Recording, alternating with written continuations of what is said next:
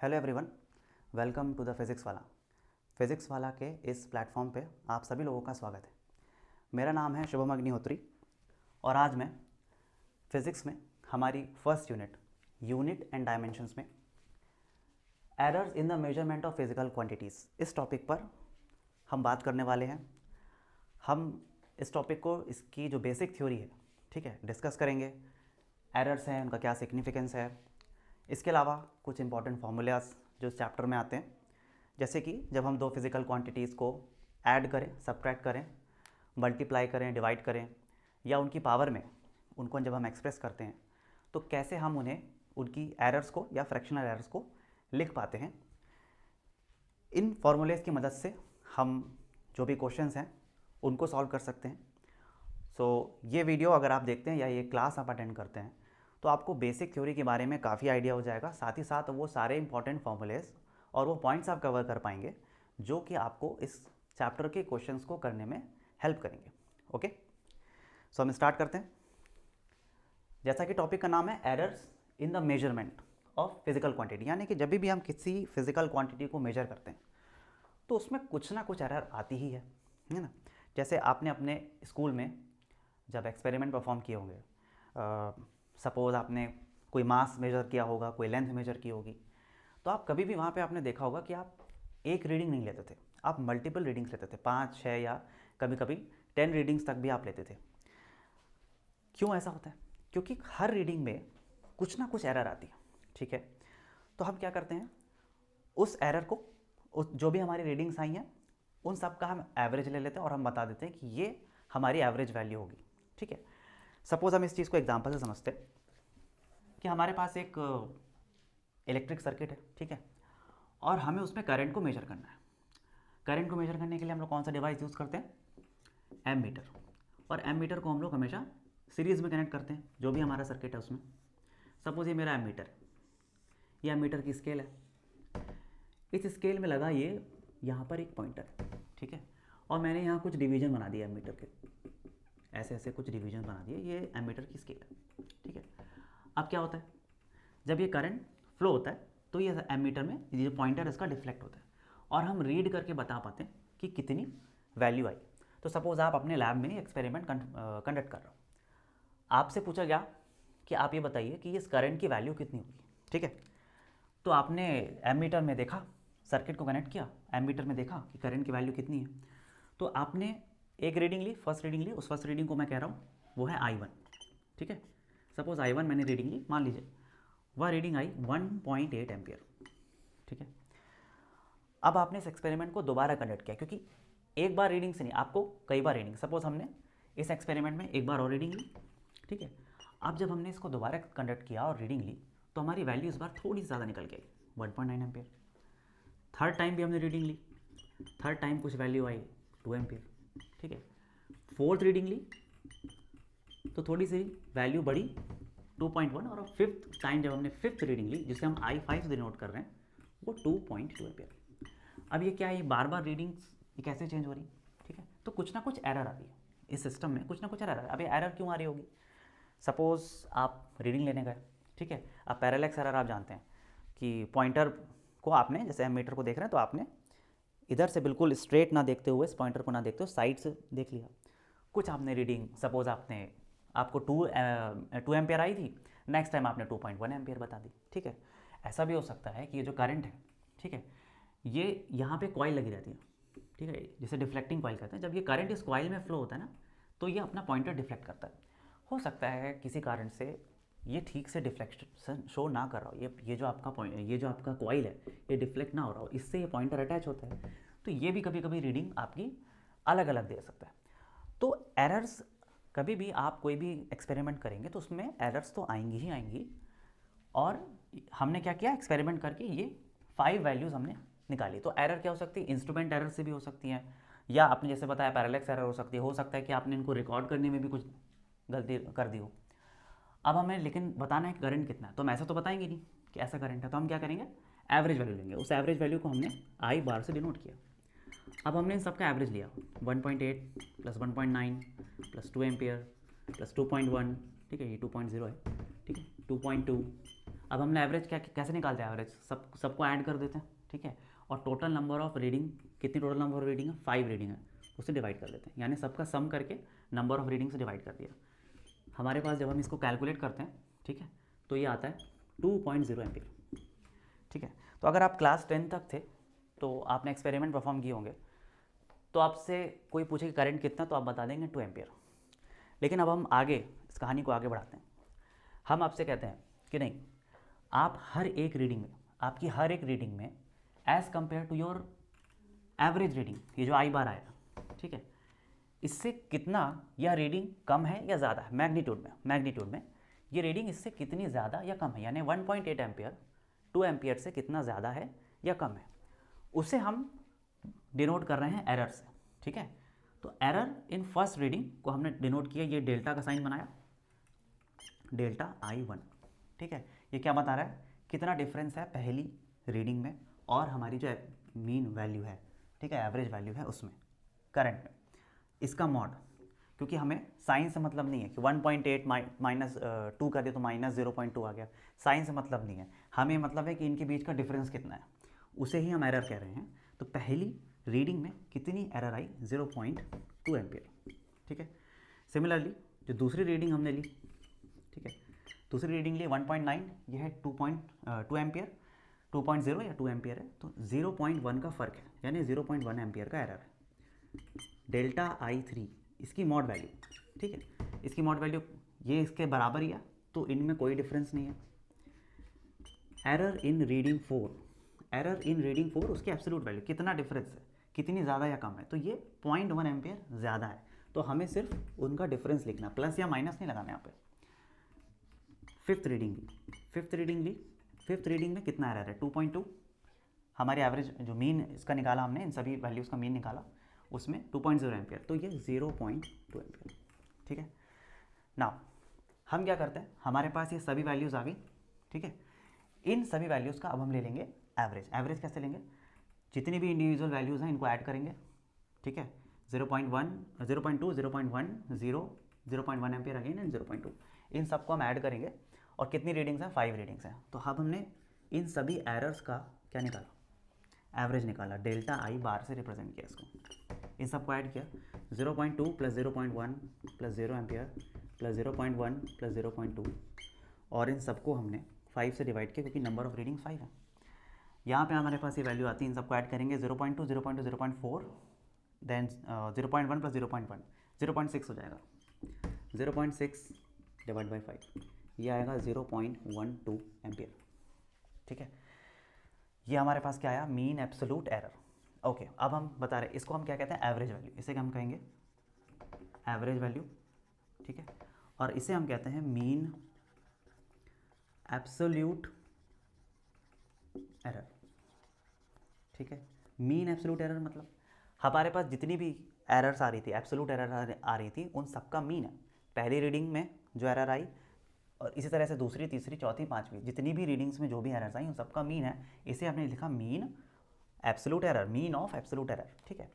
तो अब हम इस रीडिंग को कैसे रिप्रेजेंट करेंगे, ठीक है, हमारे पास क्या है, आई बार यानी एवरेज वैल्यू कितनी है, 2 एम्पियर या 2.0 एम्पियर, ठीक है, और डेल्टा आई बार ये कितना आया हमारे पास, 0.12 एम्पियर, ठीक है।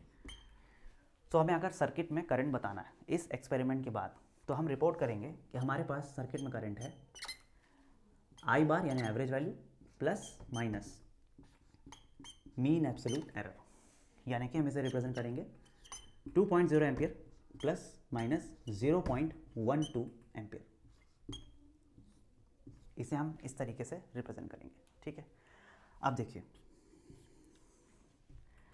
अब ये हमारी क्या रिप्रेजेंट कर रही है, 2 एम्पियर है, ठीक है, इसको 20 मत पड़ेगा, 2.0 है, ठीक है, 2 एम्पियर भी लिख सकते हैं, जैसे 2.20 आप नहीं 2 एम्पियर भी लिख सकते हैं। तो हमारे पास हम ये कहेंगे कि सर्किट में जो करंट है वो कितना है, 2 एम्पियर है, लेकिन हमारे पास मीन एब्सोल्यूट एरर कितनी है, 0.12, ठीक है। तो ये लिखने का तरीका होता है, आप जब कोई भी क्वेश्चन करेंगे, सपोज़ वहाँ आपने पढ़ा कि a length is measured in an experiment, a length is measured, और उस लेंथ की आपने क्वेश्चन पढ़ा कि उस लेंथ की वैल्यू है कुछ 2 ± 0.6 मीटर्स, ऐसे लिखा हुआ है, ठीक है। तो आप देख के समझ जाएंगे कि भाई ये क्या है, एवरेज वैल्यू, और ये क्या है, मेरी मीन एब्सोल्यूट एरर। ठीक है, तो ऐसे हम रिप्रेजेंट करते हैं। ये रिप्रेजेंटेशन हमें क्लियर होना चाहिए, जब हम क्वेश्चंस में देखें तो हमें समझ में आए कि वैल्यू आखिर आई कहाँ से। ठीक है, अब हम लोग एक और चीज़ डिफाइन करेंगे इसी में, दैट इज़, चलिए मैं यहाँ ही लिख देता हूँ, दैट इज़ फ्रैक्शनल एरर। ठीक है, आप लोग साथ साथ लिखते भी जाइए। ठीक है, अब हमें फ्रैक्शनल एरर देखना है, तो फ्रैक्शनल एरर को हम कैसे डिफाइन करते हैं, जो भी हमारी मीन एब्सोल्यूट एरर और जो एवरेज वैल्यू ऑफ एरर है उनका रेशियो, या हम ये कह सकते हैं उनको हम जब डिवाइड करेंगे, कितनी मीन एब्सोल्यूट एरर है, यहाँ पे मीन एब्सोल्यूट एरर आएगा क्योंकि एवरेज है, मीन एब्सोल्यूट एरर है as compared to your average value. ठीक है, इसे हम कैसे रिप्रेजेंट कर सकते हैं, डेल्टा आई बाई आई से भी रिप्रेजेंट कर सकते हैं। अब इस केस में मैं आपसे पूछूं कि what is the fractional error, इस रीडिंग में, इस एक्सपेरिमेंट में करंट को जो आपने मेजर किया है तो फ्रैक्शनल एरर कितनी है, तो आप कहेंगे that is 0.2 mean absolute error divided by 2। ठीक है, which comes out to be 0.06। इसकी कोई यूनिट नहीं होगी क्योंकि जो जो आप फिजिकल क्वांटिटी ऊपर लिख रहे हैं वही आप डिनोमिनेटर में भी लिख रहे हैं। ठीक है, अब हमारे पास ये तो फ्रैक्शनल एरर होगी। सपोज हमें इसे परसेंटेज के फॉर्म में लिखना है, तो सेकंड इज परसेंटेज एरर या परसेंटेज फ्रैक्शनल एरर। इसे हम कैसे बताएंगे, परसेंटेज फ्रैक्शनल एरर को हम लिखेंगे डेल्टा आई बाई आई। ठीक है, delta I by I into 100, simply इसमें 100 का मल्टीप्लाई करेंगे, ये हमें परसेंटेज में आएगा। ठीक है, जो मैं इसे एक्सप्रेस कर रहे हैं इसे परसेंटेज में कर रहे हैं, तो हम इसे कैसे लिखेंगे, 0.12 ये आपका absolute mean absolute error divided by your value, current की आपकी वैल्यू कितनी है 2 एम्पियर। ठीक है, इंटू 100%, ये कितना आएगा 6%। यानी कि ये क्या बता रहा है, 6% क्या है, किस चीज़ का मतलब, इस चीज़ का मतलब क्या है, ये जो 0.2 है, ये जो एरर आपकी करंट के मेजरमेंट में आई है, ये इसकी वैल्यू की, ये जो इसकी एवरेज वैल्यू है ना, इसका 6% है ना, ये बता रहा है 0.2 डिवाइड बाई 2। ठीक है, इसका ये कितना परसेंट है, 6% है। तो सपोज आपको सपोज आपको फ्रैक्शनल एरर दिया है तो आप इसे परसेंटेज एरर में लिख सकते हैं। ठीक है, इसे मैं कैसे भी लिख सकता हूँ कि हमारे पास जो करंट की वैल्यू है, अगर हमें फ्रैक्शनल एरर पता है, परसेंटेज एरर पता है, तो करंट की वैल्यू में क्या लिख सकता हूँ, ठीक है, 2 एम्पियर प्लस माइनस, अब मैं फ्रैक्शनल एरर ना लिखकर, यानी कि डेल्टा आई बाई आई ना, डेल्टा आई ना लिखकर क्या लिख सकता हूँ, 6%, ऐसे लिख सकता हूँ। ठीक है, परसेंटेज के फॉर्म में लिख सकता हूँ। अब जब मैंने ये वैल्यू देखी तो, है ना, इसे कैसे कैसे समझना है, इसे कि मेरे पास मीन वैल्यू तो ठीक है, एवरेज वैल्यू तो लिखी हुई है 2%, मुझे निकालना है डेल्टा आई। ठीक है, या परसेंटेज फ्रैक्शनल एरर मुझे निकाल लिया, तो परसेंटेज फ्रैक्शनल एरर कितनी आएगी, या मुझे अगर मैं ये कहूँ कि मुझे एब्सोल्यूट एरर निकालनी है, सपोज मेरे पास ये करंट की वैल्यू लिखी है, मुझे एब्सोल्यूट एरर निकालनी है। ठीक है, फ्रैक्शनल एरर नहीं निकालनी, मुझे एब्सोल्यूट एरर निकालनी है। तो एब्सोल्यूट एरर कैसे निकालूंगा, 6% of 2 which comes out to be 0.12। देखिए वही आ गया। ठीक है, यानी कि हमारे पास चाहे ऐसा रिप्रेजेंटेशन हो जैसा हमने ये बताया 2 प्लस 0.2, ये बता रहा है कि ये एवरेज वैल्यू है, ये एरर है। हम ऐसे भी लिख सकते हैं 2 प्लस ऑफ माइनस 6%, यानी इस मेजरमेंट में 6% की एरर है। तो हमें अगर उसकी वैल्यू 6% है, हमें वैल्यू फॉर्म में चाहिए, एब्सोल्यूट एरर नंबर में चाहिए, नंबर में, तो हमने डेल्टा आई निकाला और डेल्टा आई यहाँ से निकल के आया कि 6%, किसका 6%, इस वैल्यू का, इस मीन वैल्यू का, इस एवरेज वैल्यू का। तो हमने इसका 6% कैलकुलेट किया 2 का, तो 0.2 आया।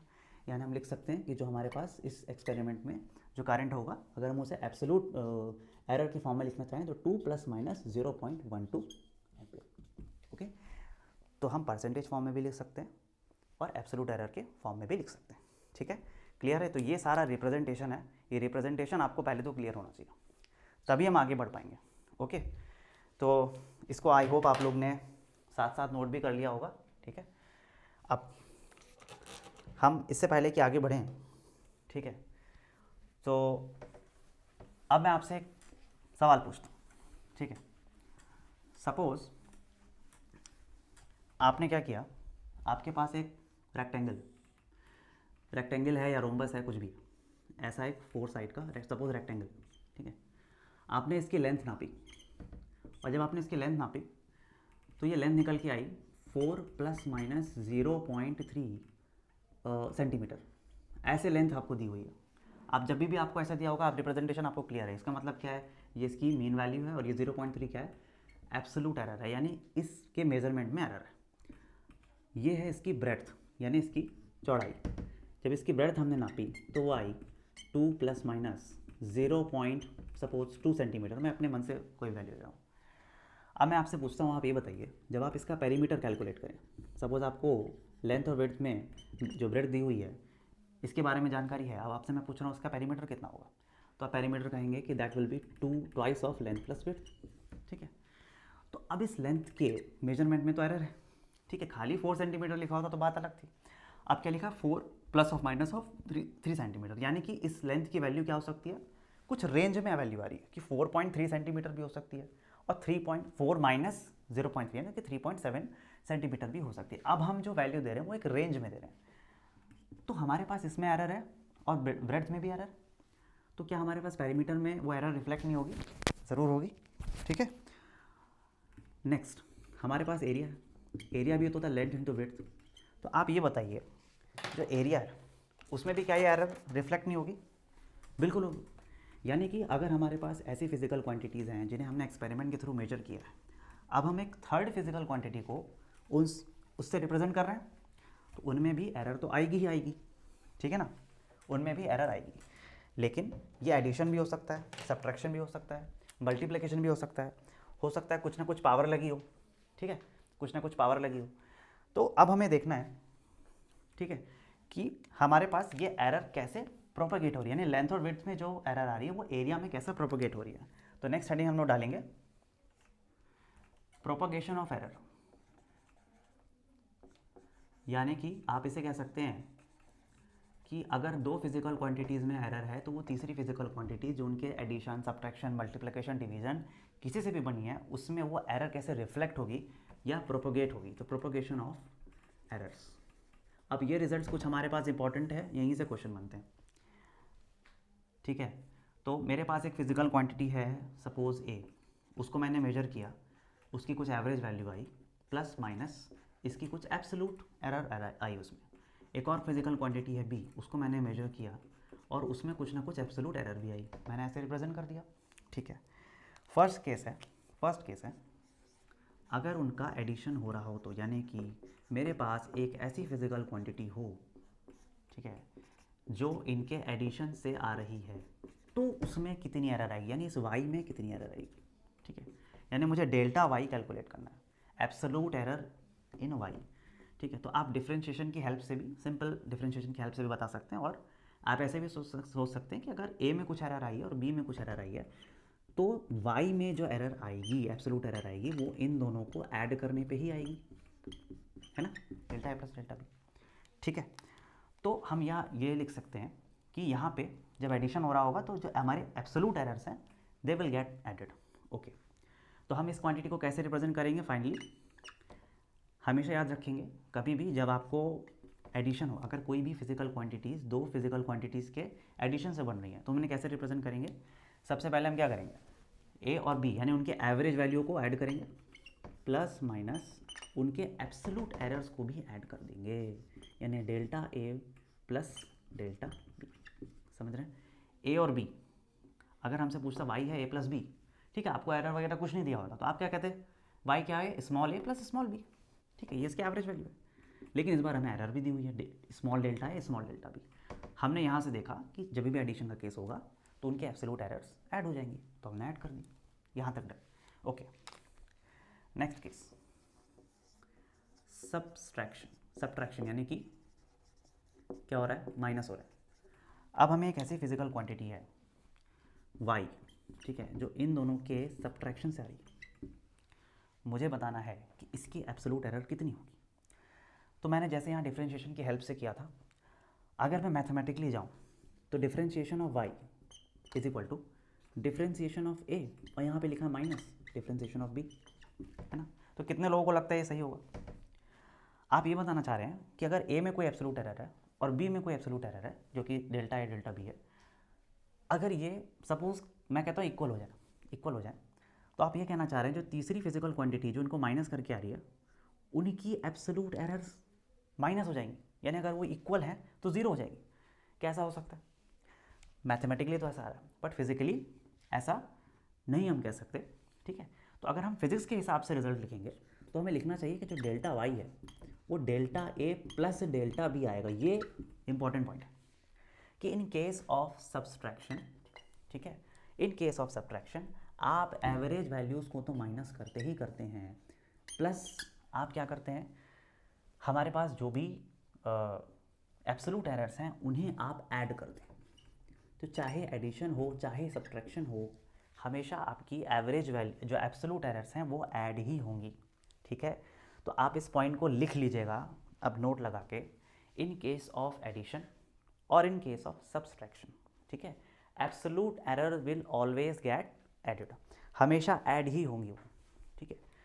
अब इस बात को जब हम समझते हैं तो बहुत से लोगों को ये समझ में नहीं आती कि मतलब ऐसा कैसे हो सकता है। तो अब सपोज़ एक एग्जांपल समझते हैं। सपोज़ मेरे पास एक स्टिक, ठीक है, कैसे लूँ ये, इसको रखता हूँ, ठीक है, इसको मैं,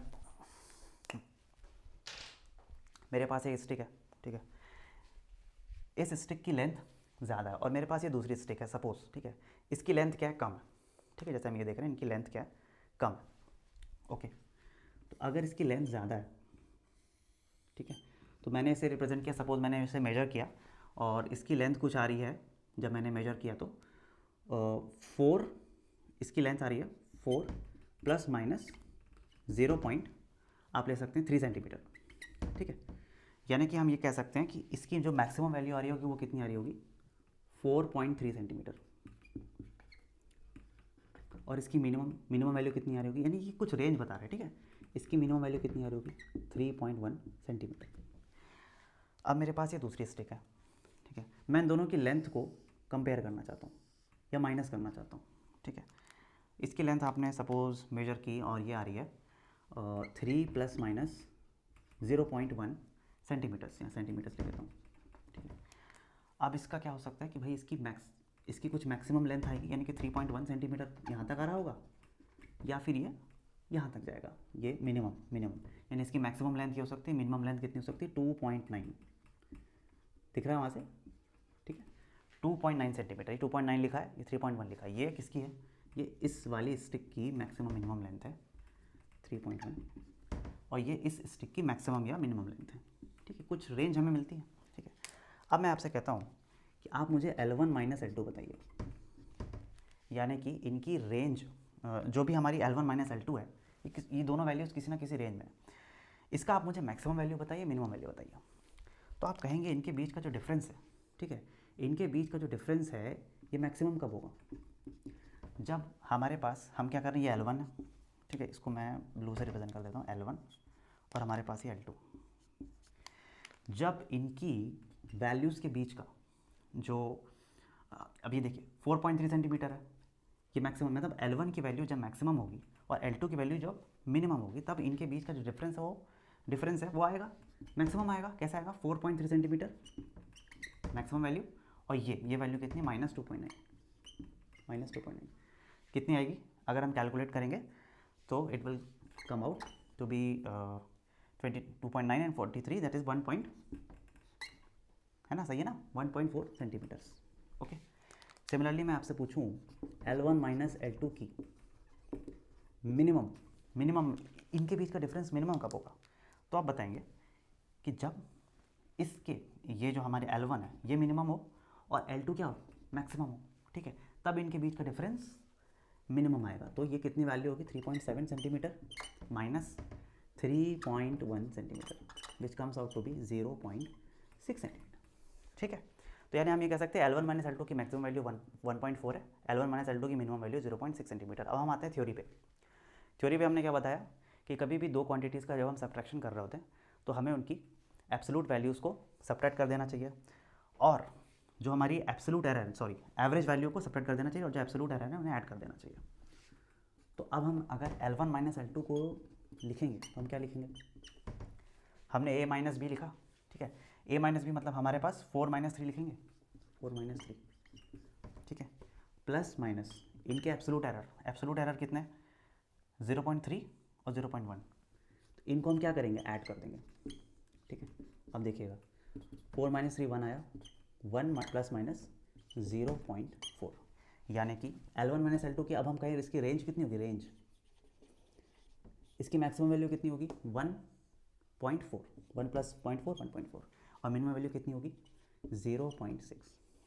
ठीक है, आ रहा है समझ में, ये सेम रिजल्ट आ गया। ठीक है, तो जब हमें डिफरेंस की मैक्सिमम और मिनिमम वैल्यू निकालनी है, ठीक है, तो ये क्या रिप्रेजेंट कर रहा है, हमें क्या लेनी है, मैक्सिमम एरर लेनी है। ठीक है, अब सपोज ये एग्जाम में क्वेश्चन आएगा, अगर आप ये नहीं करते हो तो आप ये थोड़ी करोगे कि मैक्सिमम वैल्यू इतनी है, मिनिमम वैल्यू इतनी है, ये मैक्सिमम L1 - L2 मिनिमम कब होगा, मैक्सिमम कब होगा। ठीक है, आप तो सीधे फॉर्मूला लगाओगे और आपकी रेंज आ जाएगी। ओके, तो ये हमने रिप्रेजेंट किया। अब हमारे पास 2 केसेस और बाकी हैं, that is multiplication and subtraction. Okay, तो हम देखते हैं मल्टीप्लिकेशन और सब्ट्रैक्शन के हम उन्हें डेरिवेशन से भी कर सकते हैं, बट अगर मैं आपको डायरेक्ट रिजल्ट बताऊं, ठीक है, जैसे एडिशन और सब्ट्रैक्शन में हमने देखा कि एब्सोल्यूट एरर ऐड हो जा रही है, तो अगर मल्टीप्लिकेशन और डिवीजन में हम लोग बात करेंगे, ठीक है, तो हमारे पास एक क्वांटिटी है y is equal to a dot B, sorry a multiplied by B. Okay, हमें ये जानना है कि इनकी एब्सोल्यूट एरर कितनी आती है। ठीक है, तो आप जब डिफरेंशिएशन से इसको प्रूव करेंगे, ठीक है, सपोज हम लोग डिफरेंशिएट करते हैं, हमें डेल्टा वाई निकालना है, तो हम इसे कैसे लिखेंगे, डेल्टा आई, यानी डेल्टा आई एक का डिवीजन। ठीक है, आपको थोड़ा सा भी डिफरेंशिएशन आता होगा तो ये चीज़ आपको पता होगी कि जब हम लोग चेन रूल लगाते हैं डिफरेंशिएशन का, जब 2 क्वांटिटीज़ मल्टीप्लाई में होती हैं तो पहले को डिफरेंशिएट करते हैं, दूसरे को एज इट इज़ रखते हैं, प्लस सेकेंड क्वांटिटी को, एक क्वांटिटी को डिफरेंशिएट करते हैं, दूसरे को एज इट इज़ रखते हैं, फिर एक बार क्या करते हैं, दूसरे क्वांटिटी को डिफरेंशिएट करते हैं, पहले को एज इट इज़ रखते हैं। ठीक है, अब हमें क्या चाहिए, फ्रैक्शनल एरर चाहिए। हम यहाँ पे पहले, इससे पहले जब एडिशन और सब्ट्रैक्शन था तो हमने उसमें देखा कि एब्सोल्यूट एरर्स क्या ऐड हो रही थी। अब हम देखना चाहते हैं कि फ्रैक्शनल एरर का क्या होता है इन केस ऑफ मल्टीप्लिकेशन। तो हम क्या करेंगे, इसे y से, ये डेल्टा a b है, इसको y से डिवाइड कर देंगे, ये है a delta b divided by y, क्योंकि डेल्टा y बाई y हमें फ्रैक्शनल एरर देगा। तो डेल्टा y बाई y को क्या लिखेंगे, y को लिखेंगे ab, और यहाँ पे ये a है, ये डेल्टा b है, और y को लिखेंगे ab। ठीक है, डॉट में लिखा मल्टीप्लाई है मतलब। ठीक है, ये b से भी कैंसिल, ठीक है, ये a से a कैंसिल।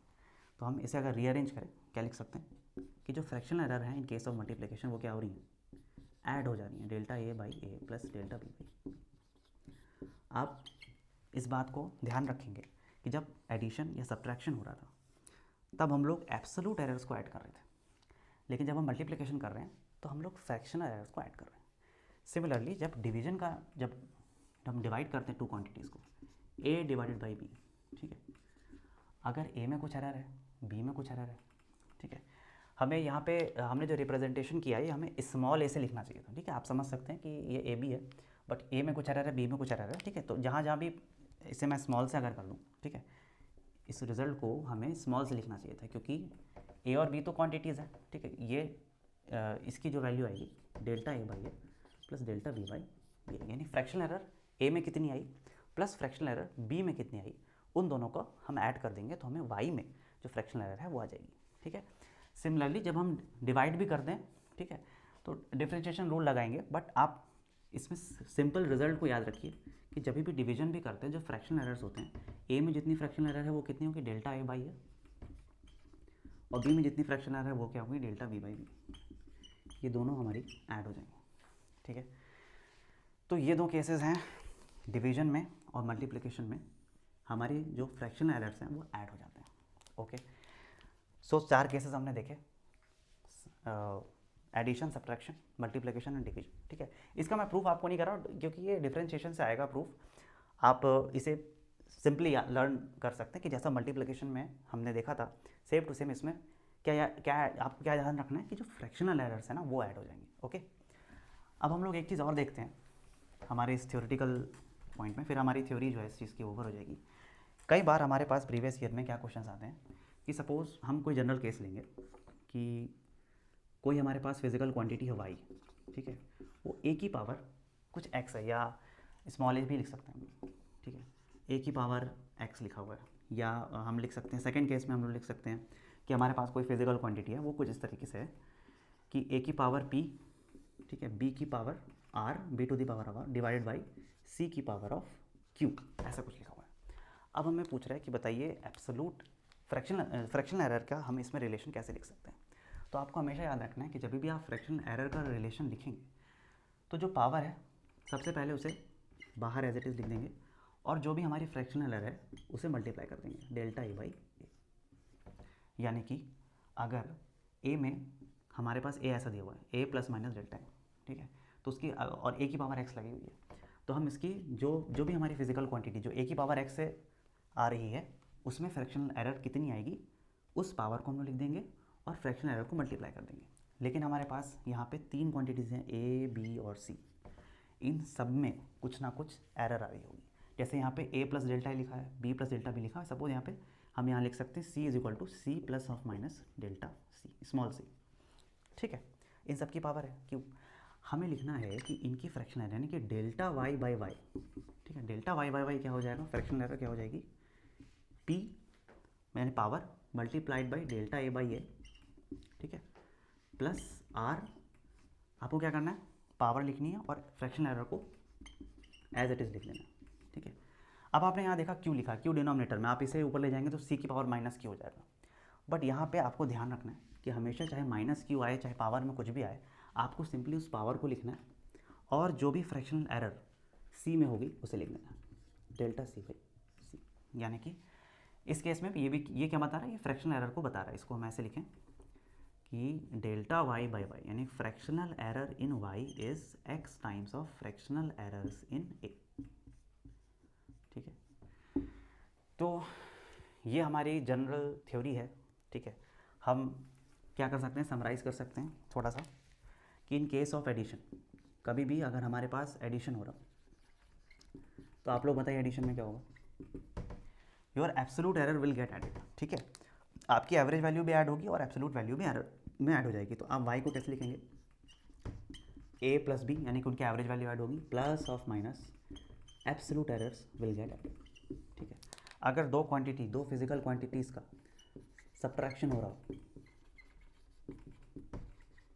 तो आप क्या लिखेंगे, उनकी एवरेज वैल्यूज़ को सब्ट्रैक्ट कर देंगे और उनके जो एब्सोलूट एरर्स हैं उन्हें ऐड कर देंगे, उन्हें सब्ट्रैक्ट नहीं करेंगे, ध्यान रखना। थर्ड केस हमने देखा मल्टीप्लाई का,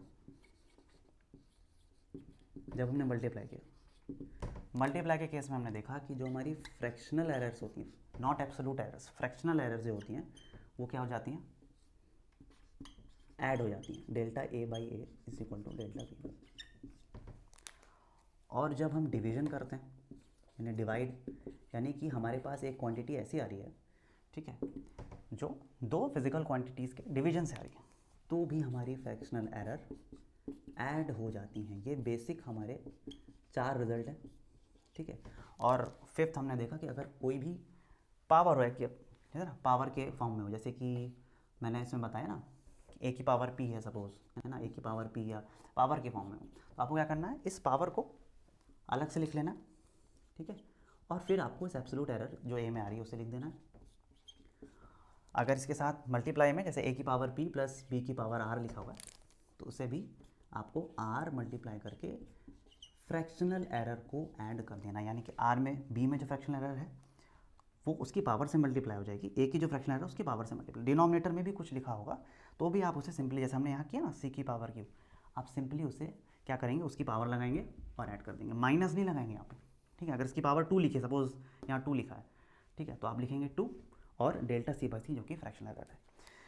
तो ये सारे पॉइंट्स हैं जो हमें पता होने चाहिए जब हम इस टॉपिक को पढ़ते हैं, ठीक है।